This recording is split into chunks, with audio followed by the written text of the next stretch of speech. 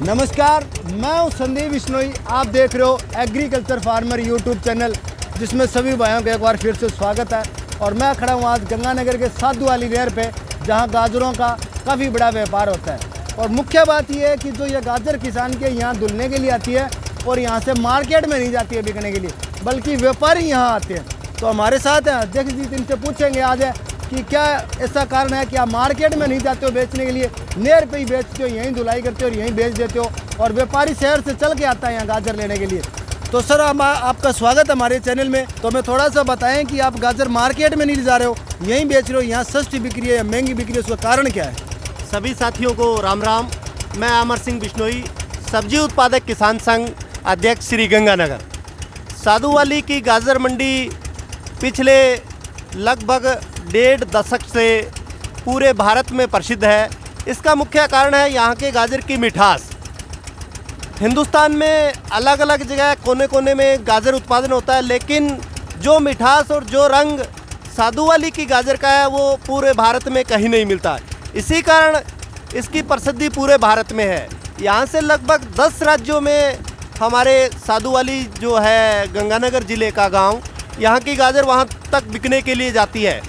सबसे बड़ी बात यह है कि यहाँ का किसान खुद अपना माल बेचता है और व्यापारी जो है हिंदुस्तान के कोने कोने से यहाँ माल खरीदने के लिए आते हैं। दूसरी सबसे बड़ी बात है कि यहाँ जो गाजर का बेचान होता है किसान द्वारा, उसमें कोई बिचौलिया नहीं है। किसान खुद अपने स्तर पर सीधे व्यापारी को माल बेचता है, जिसमें ना तो व्यापारी का कमीशन लगता है और ना किसान का कोई कमीशन लगता है। इसके लिए हमने बड़े प्रयास किए और किसानों को संगठित किया। पहले जो लगभग साधुवाली में गाजर उत्पादन हमारे जो पूर्वज थे, मेरी तीसरी पीढ़ी है, हम इस गाजर का उत्पादन कर रहे हैं। लगभग 60 के दशक में यहाँ साधुवाली में गाजर का उत्पादन होने लगा था। तब मात्र थोड़ा बहुत एरिया था और जो टोकरी जिसको हम कहते हैं, उसमें बिक्री के लिए गंगानगर जाना पड़ता था किसान को। टोकरी में भर के ले जाते थे। थोड़ा उत्पादन था, लागत भी कम थी। धीरे धीरे इस गाजर की डिमांड जैसे बढ़ने लगी, लोगों का इसके प्रति रुझान बढ़ा, तो किसान भी इसको अपने स्तर पर थोड़ी उत्पादन ज़्यादा एरिया में इसका उत्पादन करने लगे। और 90 के दशक के बाद तो इतने बड़े पैमाने पे गाजर का उत्पादन होने लगा कि पंजाब के व्यापारी यहाँ आने लगे। उस वक्त भी किसान और व्यापारी के बीच में कुछ बिचौलिए थे। धीरे धीरे हमने उन बिचौलियों को ख़त्म कर दिया और एक संगठन के रूप में हमने बोली की प्रक्रिया चालू की। जिस प्रकार से धान मंडी में या सब्जी मंडी में बोली होती है, उस प्रकार से किसानों ने अपनी कमेटी बनाकर बोली का काम चालू किया। व्यापारियों को कहा कि आप बोली पे माल खरीदेंगे, संगठित रूप से खरीदेंगे, क्योंकि एक किसान उसी माल को 20 रुपये में बेच दे और दूसरा वहाँ व्यापारी आए कि मैं तो तेरा माल 15 रुपये में लूँगा। तो वो प्रथा हमने ख़त्म कर दी। बोली पे जितने भी व्यापारी होंगे वो खड़े होंगे, जो रेट ज़्यादा देगा उसको हम बेचेंगे। ये हमने शुरू किया। दूसरा मैं बता दूं कि कैसी मिट्टी में और कैसी ये गाजर का उत्पादन यहाँ बढ़ा और लोगों को इसके प्रति रुझान कैसे बढ़ा। वैसे तो गाजर बिल्कुल ऑर्गेनिक है, किसी भी प्रकार के केमिकल या फर्टिलाइज़र की इसमें ज़रूरत नहीं पड़ती है। बलुई दोमट मिट्टी है वो इसके लिए उपयुक्त है। गंगानगर ज़िले के 80 किलोमीटर के दायरे में जो यहाँ की मिट्टी है वो गाजर के लिए बहुत ही बढ़िया है। वैसे जो है सख्त मिट्टी में भी गाजर होती है, रेतीली मिट्टी में भी हो जाती है, लेकिन जो यहाँ बलुई दोमट मिट्टी है उसमें जो पोषक तत्व हैं मृदा में वो उपयुक्त है, जिस कारण गाजर का कलर और इसकी मिठास बनती है। इसलिए कोई भी किसान भाई किसी भी प्रकार की भूमि में गाजर बो सकता है और उसका अच्छा उत्पादन ले सकता है। गाजर 1 बीघे में मैं बता दूं कि 4 किलो बीज जो है वो मैक्सिमम ज़्यादा से ज़्यादा और कम से कम 3 किलो बीज 1 बीघे में पड़ता है। और कंपनी का बीज खरीदना पड़ेगा किसान को? बीज की कंपनी के बारे में बता दूं कि गाजर की कंपनी, ऐसा कोई रिसर्च यहाँ नहीं हुआ है कि गाजर की कोई कंपनी है। कंपनियाँ बहुत हैं, लेकिन ये जो उत्पादन शुरू से होने लगा है ये देसी वैरायटी है। दशकों से चली आ रही है। यानी कि इसका जो सीड है वो आप अपने घर पे ही तैयार कर रहे हो? यहाँ खुद किसान अपने घर पे सीड तैयार करता है, किसान बेचने के लिए भी सीड तैयार करते हैं, और वो जो है व्यापारी लोग जो बीज विक्रेता हैं वो उस बीज को खरीदते हैं और बाद में उस पर लेबल और पैकिंग करके कुछ अपने नाम से बेचते हैं, कुछ किसी कंपनी के नाम से बेच देते हैं। लेकिन जो बीज है किसान के द्वारा खुद तैयार किया जाता है और वही बढ़िया वैरायटी है। यानी कि साधु वाली के गाजर का जो बीज है वो यहाँ का लोकल ब्रांड है खुद का? बिल्कुल, साधु वाली का जो बीज है वो लोकल ब्रांड है और उसी का कलर है और उसी की मिठास है। अन्यथा कई कंपनियों के बीज आते हैं, उसमें अलग अलग कलर की गाजरें होती है, कई बार कलर भी नहीं बन पाता, उसमें किसान अपने को ठगा हुआ महसूस करता है। इसलिए किसान भाइयों से कहूँगा, अगर कोई बिजाई करना चाहता है तो साधु वाली में अनेक ऐसे किसान हैं जो बीज का उत्पादन करते हैं और किसानों को बेचते भी हैं। और अगली बात रही कि साधु वाली मंडी में लेके आने के बाद में किस तरह का धुलाई वगैरह, लेबर वगैरह की व्यवस्था है। तो यहाँ ये जो मशीन आप देख रहे हैं ये यहाँ के लोकल मिस्त्रियों द्वारा तैयार की गई है, जिसका लगभग 1 लाख रुपए के करीब खर्चा आता है। और जो बाहर से आने वाले किसान हैं वो लेबर वगैरह साथ में नहीं लेके आ पाते, इसलिए यहाँ लोकल स्तर पर जो धुलाई करते हैं वो किराए पे करते हैं, तो उसका खर्चा जो है, लेबर भी है, बारदाना जो कट्टा या बोरी लगाते हैं वो भी लगाते हैं। तो किसान दूर दूर से आते हैं, अकेला किसान अपनी एक ट्रॉली लेके आता है, उसको सारी सुविधा यहाँ पे मिल जाती है। उसको घर से सिर्फ ट्राली, ट्रैक्टर और अपनी गाजर जो उत्पाद वो लेके आना पड़ता है, किसी प्रकार की कोई परेशानी नहीं होती है। इसलिए ये मुनाफे का सौदा है किसानों के लिए और एक नकदी फसल है। पिछले सालों में नरमा, कपास, गवार वगैरह की जो फसलें थी वो किसान के लिए नुकसानदायी थी, उसमें किसान को मुनाफा नहीं हो रहा था।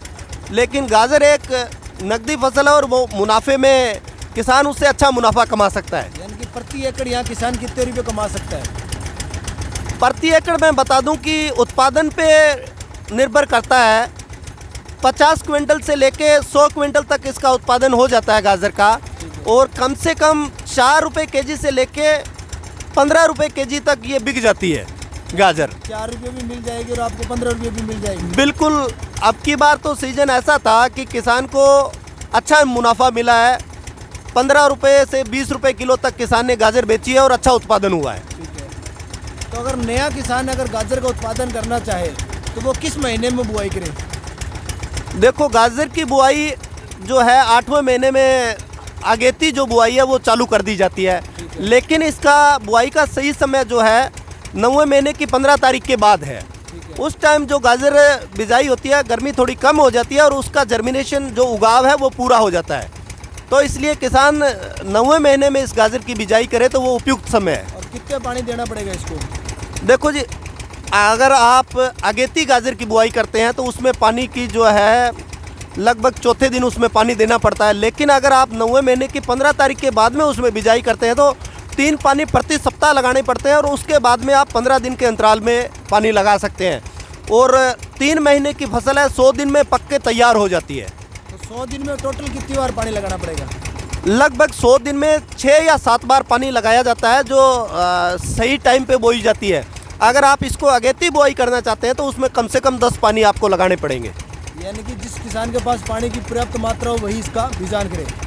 हाँ, अगेती अगर कोई बुआई करना चाहता है तो उसके पास पर्याप्त पानी की सुविधा है तो वो अगेती बो सकता है। बाकी आप किसानों के साथ क्या सुझाव देना चाहेंगे? अगर जो नया किसान है, मार्केट में उतर रहा है या बीजान कर रहा है, तो उसके लिए क्या गाइडेंस रहेगी आपकी तरफ से? देखो, किसान खेती में किसी ट्रेनिंग की या किसी बताने की ज़रूरत नहीं है, क्योंकि किसान खुद एक वैज्ञानिक है, वो पैदाइशी वैज्ञानिक है। बिल्कुल सही कहा आपने। तो अगर आप वैज्ञानिक तरीके से खेती करना चाहेंगे तो उसमें मैं कहता हूं कि सक्सेस नहीं हो पाएंगे, क्योंकि किसान खुद एक प्रैक्टिकल है, वो प्रैक्टिकल करता है।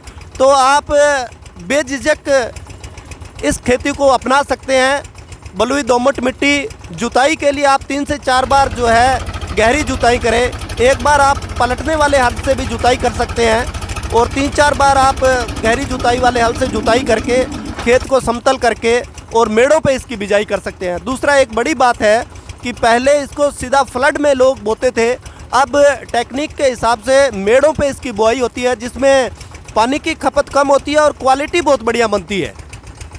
इसलिए किसान मशीनी बिजाई की तरफ ज़्यादा ध्यान दे। तो यहाँ मतलब क्या है कि जो आप साधु वाली नहर पे आप गाजर बेच रहे हो, तो यहाँ नहर विभाग आपको कोई रोक टोक नहीं कर रहा?